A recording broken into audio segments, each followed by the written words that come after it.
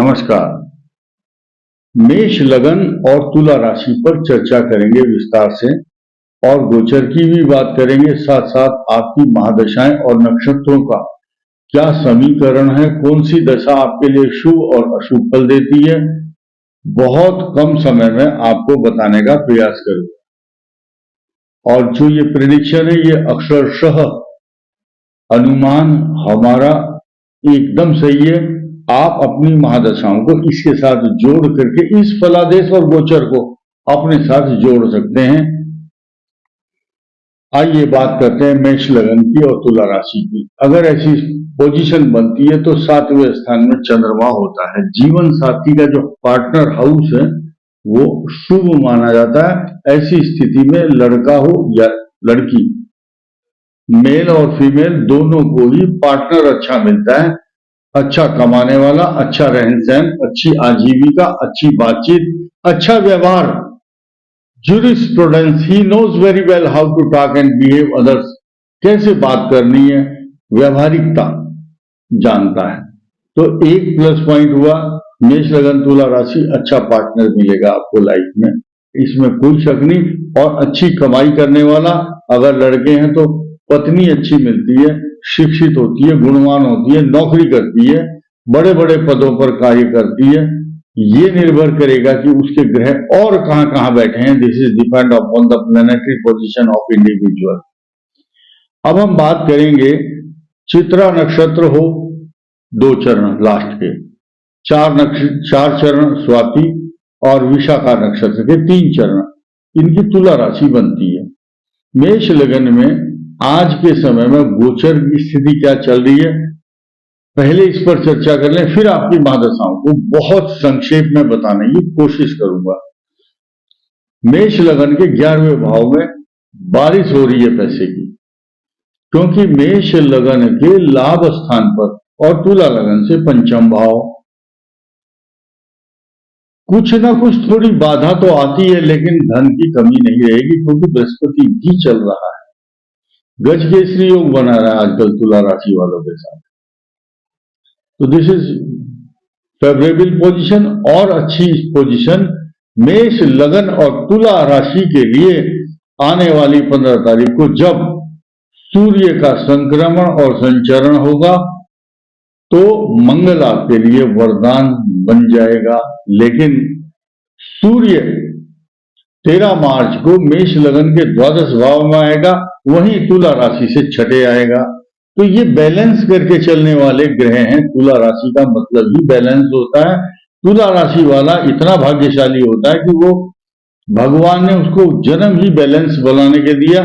खराब ग्रह अगर कोई आ रहा है तो एक अच्छा उसकी सहायता करने के लिए तुरंत आ जाएगा। अगर कोई खराब महादशा चल रही है तो शुभ दशा आ जाएगी उस समय गोचर में आपके लिए। तो आइए बात करते हैं, ये गोचर के लिए और भी अच्छा, इसी साल अच्छे परिणाम देने वाला ग्रह बृहस्पति भी आपके लग्न से 2nd हाउस में आपकी फाइनेंशियल कंडीशन को इंप्रूव करने के लिए तथा आपको नौकरी, व्यापार, तरक्की, पैसा, प्रमोशन, मान सम्मान बहुत मिलेगा।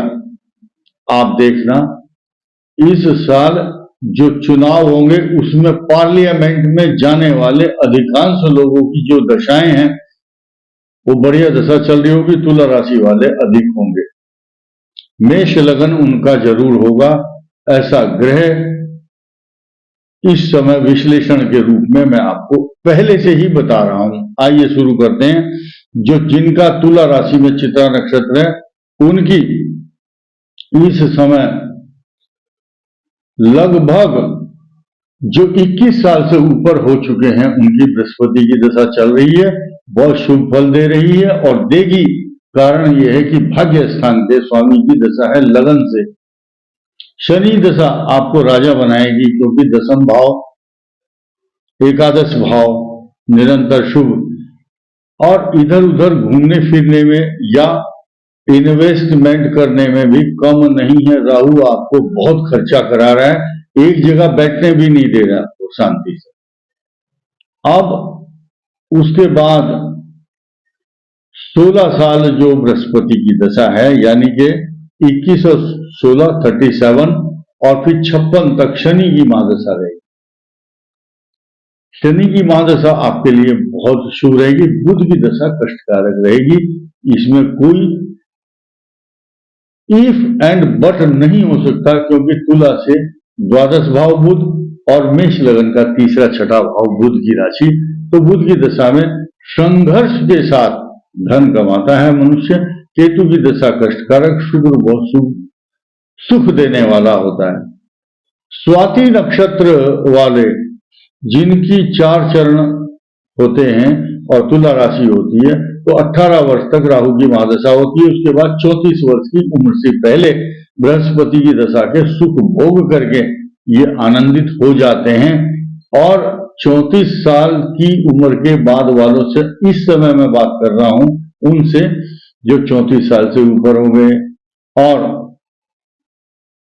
53 साल की एज तक अब शनि की महादशा में राजाओं के समान प्रतापवान, बुद्धिमान, गुणवान, धनवान, भाग्यवान होने के साथ साथ अच्छी संपत्तिवान और दीर्घायु, यशस्वी, मान सम्मान के साथ साथ जीवन में बहुत तरक्की करते हैं। ये निर्भर करता है कि अगर शनि उच्च में है, लाभ में है, धन स्थान, भाग्य स्थान, तो अलग अलग फल होते हैं। कुल मिलाकर के 19 साल की दशा आपके लिए वरदान बनती है। इसके बाद आया विशाखा नक्षत्र। विशाखा नक्षत्र वालों का 16 और 18 34 से पहले पहले महादशा नहीं, बृहस्पति की दशा 16 वर्ष और 19 वर्ष 35 साल, 34 नहीं 35 साल की उम्र से पहले शनि की महादशा आपकी निवृत्त हो जाती है। आप सुख भोग चुके होते हैं 35 साल की उम्र से पहले। शनि का जो कार्यकाल है वो आपके लिए वरदान बनता है। कहीं भी बैठा हो, मैं आपको विश्वास दिलाता हूं, अगर शनि नीच राशि में भी है तो भी वो शुभ फल देता है। बाकी अन्य जगह तो अच्छा फल देगा ही, चाहे वो सप्तम में हो या दशम, एकादश, तीसरे, छठे, कहीं भी हो। अब हम बात करेंगे शनि के बाद बुध की महादशा। ये रोग कारक रहती है। रीजन ये है कि तीसरे और छठे भाव का स्वामी अच्छा नहीं हो फल देता। बुध कष्टकारक, स्ट्रगल के साथ जीवन कटता है। केतु दशा फिर भी शुभ फल देती है और शुक्र की महादशा में राजसी, ऐश्वर्य, ठाठ बाट, सम्मान तथा सब कुछ मिलता है। तुला राशि वाले, तुला राशि वालों के लिए इस समय जो छठे भाव में गोचर में चल रहा है राहु, वो आपके पराक्रम को बढ़ा रहा है। लेकिन द्वादश भाव में जो केतु है वो आपके जो आय के जो स्रोत हैं वो तो कम नहीं हो रहे, लेकिन जो एक्सपेंसेस का हाउस है, जो खर्च के द्वार हैं वो बढ़ रहे हैं। लेकिन आपको 2 चीज का ध्यान रखना है। ऐसा अचानक रिस्की काम नहीं करना। रिस्की कैसा होता है? सडन, जितनी चादर नहीं है उससे अधिक पैर फैलाया आपने। पैर फैलाना ठीक नहीं होगा। शेयर का काम या और भी ऐसे काम जिसमें बड़ा इन्वेस्टमेंट होता है, you should stop right now. अपने बजट को कंट्रोल करना, this is an important matter for you, for everybody, क्योंकि यह गोचर 18 जून 2025 तक आपके लिए शुभ फल नहीं दे रहा है। ये एक सामान्य बात मैंने आपसे कही। तो इस वीडियो में इतना ही। धन्यवाद, नमस्कार।